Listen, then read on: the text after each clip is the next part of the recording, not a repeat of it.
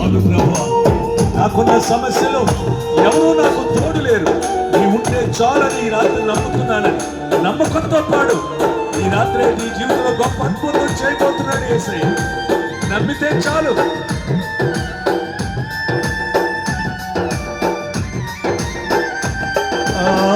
ఎన్ని బాధలను ఇబ్బందులైనను ఎంత కష్టమొచ్చినా నిష్ఠురమైనను. నీ మాట చాలయ్యా, నీ మాట చాలయ్యా. అందరూ ఆమేన్. నీ తోడు చాలయ్యా.